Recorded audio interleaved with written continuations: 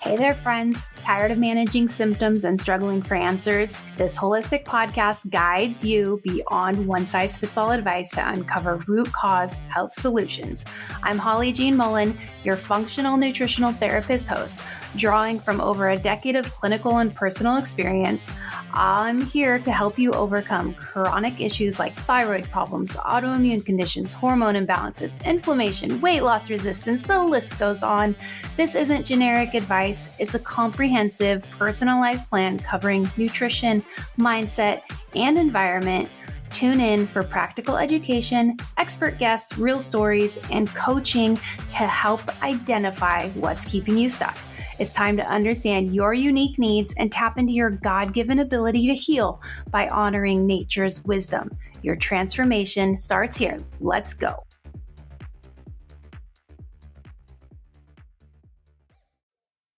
Hello. Welcome back. This episode has been mulling around in my brain for months. And honestly, it was inspired by my friend Hannah saying that my home was healing. We were doing a Zoom. Was it a Zoom? I don't remember. We were doing like a video chat. We don't live near each other. She's in California. And I was just showing her like my yard and the home and stuff. And I just remember her saying like, wow, your home is so healing.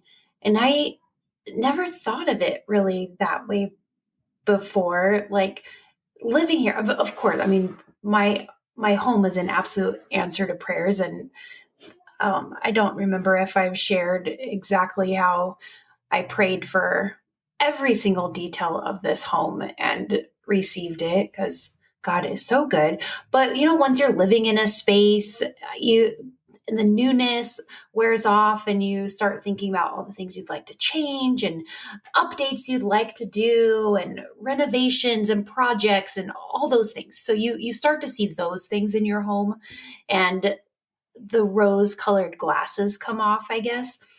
And so when she said that, it really helped flip that switch, that script switch that I've had in my head. And now, yes, I do still see things that we'd like to change and update. And we still have our pool saga going on if you follow me online. And we have holes all throughout our concrete in the backyard from fixing pipes in the pool. So it's like, I see those things, but now I can acknowledge them, but also remind myself to kind of repeat the mantra that my home is so healing, because what the mind believes, what we tell ourselves in our head becomes true. Where the mind goes, the body follows. So if I'm thinking my home is healing, my body is responding through healing. If I'm thinking my home is a disaster, everything's a mess in here, my body, my cells are responding to that negative energy and those negative thoughts too. So Hannah, thank you for inspiring this message, because it went from that simple thing you said down into this spiral episode of thinking about beauty and what that means to our health, and how the absence of beauty can reflect within us with our health and also our spirituality. And I love this time of year and how the Christmas season sparkles. I personally love arranging twinkle lights. Like, I don't care what anybody says. There's no such thing as too many fairy lights. Give me all the little lights. I love adding touches of warmth to our home. Like sometimes this year, especially the way our home looks right now in this season, I wouldn't mind having it year round. But if you ever paused and thought about why we're drawn to create beauty, especially during this time of year, it could be an interesting thing to think about. And maybe it's because beauty is more than just being pleasing to the eye. I think it's deeply spiritual and a reflection of God's intention for us to live in harmony with his creation. And so as this holiday season winds down, because as I'm recording this, it's going to be after Christmas when it airs. So the season's winding down. We have the new year approaching. I think it's the perfect time to reflect on the role of beauty in our homes and in our lives. Creating a home that radiates peace and intention isn't about perfection or extravagance, just like our nutrition, our diet is not about perfection either, right? But when it comes to our home, it's about nurturing a space where we can feel calm and connected and renewed, because beauty isn't just about what we see, it's also about what we feel. And it has the power to heal or transform both our environments, but also our hearts and the way we are feeling inside. And I don't think this is by accident. From the very beginning, God wove beauty into his creation. In Genesis, after each act of creation, God declared it is good. This wasn't just about function, but about harmony and delight and reflection in his divine nature. So our homes can be a mirror of this design, a place of order and peace that fosters a sense of connection in God's heart. And this doesn't require elaborate decor or expensive purchases. You don't need to go into debt trying to create beauty, because beauty can really come from simplicity. So tidying a space, adding a soft touch of natural elements, being intentional with your arrangements can really transform the atmosphere of your home. And it makes me think that these actions reflect God's intention for order and peace. It's creating a sanctuary where you and your loved ones can thrive.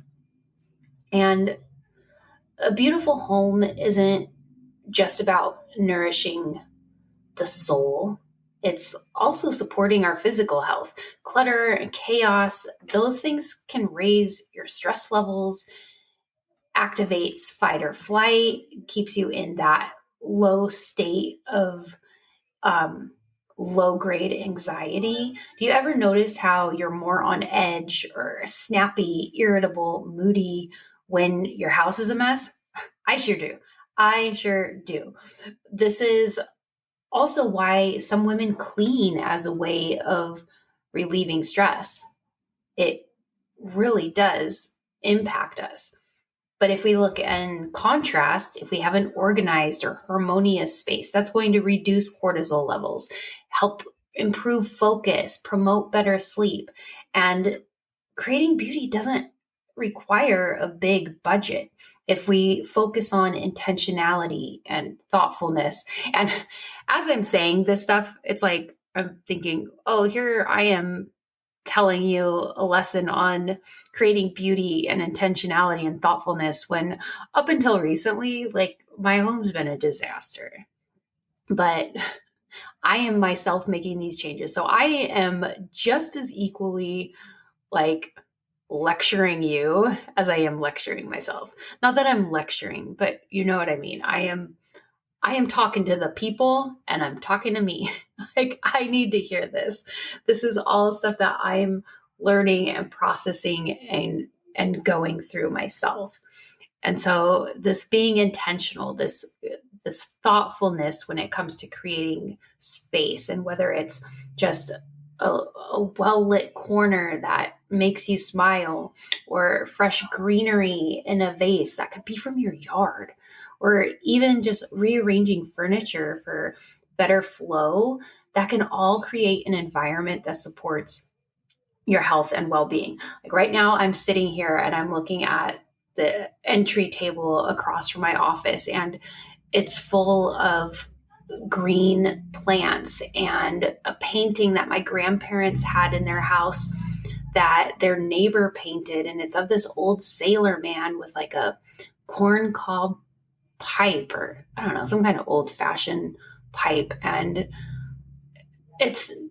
there's really nothing spectacular about the painting. I like it, but it brings me joy. It brings me a sense of familiarity, because I remember seeing this painting in my grandparents' house growing up, just knowing that they knew the person who painted it. Like, it's just those little things. Would someone walk into my home and go, "Oh, wow, that's a beautiful painting"?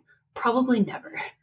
But it's about the feeling it creates in me. And when your home feels calm and harmonious, it's going to foster a sense of safety. It's going to allow you to rest and reflect and just connect more deeply with yourself and your loved ones around you and with God. And I feel like our culture often undervalues beauty. It's been replaced with trends that prioritize speed and convenience or shock value. And this uglification of things isn't just a design issue. I think it is a spiritual attack. It feels like a spiritual attack. It's distorting the harmony and the peace that God intended for us. So if we put on our spiritual lens, we look at how architecture and fashion, design, art, even language and communication, look at how they've degraded over time. Like, one of my favorite movies is Gone with the Wind. And in the beginning, before war destroyed everything, it was so beautiful. You know, their dresses, the plates, the music, the homes, just everything just seemed to be so much more purposeful, you know? So I don't know why that's the image I have. I'm sure you probably have something else you're thinking of when you think of the olden days, not Little House on the Prairie, Ma and Pa in a shack, but like the olden days when things were so beautiful. Look at Europe and the intricacy of the buildings and the marble and how things were made. We've lost that. And reclaiming beauty in your home could be considered an act of spiritual defiance. If we're going on this thought train of mine of the uglification of the world being spiritual, a spiritual attack, we can look at reclaiming beauty as spiritual defiance. And I know if you're listening to my show, you have to be a little bit of a rebel like me. So let's rebel against this uglification. When we choose to create spaces that reflect joy and intention, we're rejecting the disorder and the chaos of the world and embracing God's design for peace and harmony. And this could mean creating spaces that feel restful and welcoming. It could mean adding meaningful touches that reflect your values, or it could simply be taking time to bring intentionality into how you care for your home. A beautiful home doesn't have to be trendy, right? It's not about having the latest trends or expensive furnishings, all the right fixtures, you know. It's about aligning your environment with your values to create space that supports your health and your spiritual growth and the things that are important to you, but not just to you, for your kids too, to create a space that fosters the kind of environment that you want them to grow up in. Intentional beauty isn't about excess. It's about simplicity, stewardship, care, and our modern culture prioritizes or values is the better word. It values speed and convenience first. And choosing beauty in your home is a countercultural act. It's a way of saying yes to God's design and no to the chaos and the disposability of the world. And whether it's in the way you decorate your home or the way you interact with others, I really think that choosing beauty can be a form of worship that reflects goodness, the goodness of God, really. We often see in the culture that beauty is worshipped, but what if we turned beauty and making things beautiful into an act of worship? Just a thought. We're stepping into a new year here. Many of us are inspired to reset, refocus, and perhaps some of your goals for the new year include simplifying or decluttering or just creating a more beautiful space. That is something that I know that I want to continue to carry through into the new year, because I've just seen how much it really makes a difference in the way I interact with my home and the way my home makes me feel. Like it's not just chores anymore. I feel like they're opportunities to reflect God's harmony in the environment and in life. And I've been working really hard to create that beauty here in our home by clearing the clutter and organizing spaces and being thoughtful about what I bring into my life. And I can feel the difference in my body. I can feel the difference in my mind when my surroundings are calm and intentional. So if this resonates with you, consider how maybe you can take some similar steps in the new year. If you're in the Tulsa area and you would like to have a recommendation for someone to help you get organized, I can highly recommend Rachel. I will send you her info. She helped me so much just to sit down and actually do it. It was really, accountability is huge, huge, guys. So think about what small changes you can make today in the new year to create a home that feels like a sanctuary, a place that you can heal in. If you've been struggling in your healing journey, if you aren't making the progress you want to make, look around your home. How does your home make you feel? What is the energy and emotion you have being in your home? If it is anything that is not in alignment with healing and strength and calmness, then that could be an area that I'd recommend you evaluate. What can you do? Whether it's arranging a cozy corner for you to have quiet time to journal or reflect or to have prayer time, whether it's simplifying your decor. A big thing for me was getting rid of stuff, just clearing away what no longer serves you. If we remember that beauty has the power to heal, restore, and connect us to what truly matters, it can help reframe how we think about what we bring into our home and how we keep our home. So I just pray that you let your home be a place where peace dwells and renewal begins. That is my prayer for you going into the new year.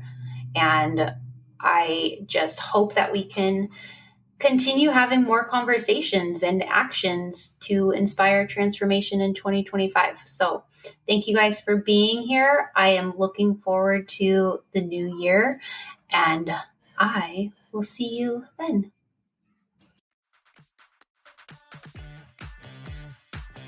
Thanks for listening to Real Health Transformations. I appreciate you joining me. If you found value in what we covered today, I'd be grateful if you could leave a review on your podcast platform of choice. It really helps spread the word and just helps me get the show out to more people and lets more people find us. And if you'd like to submit a question for me to answer on a coaching episode or to apply to be a live guest on a coaching episode, check out the show notes on how to contact me for that. The show is for educational and entertainment purposes only and is not intended as medical advice. As always, please consult your trusted doctor or medical professional before making health and lifestyle changes. I'll catch you next time on Real Health Transformations.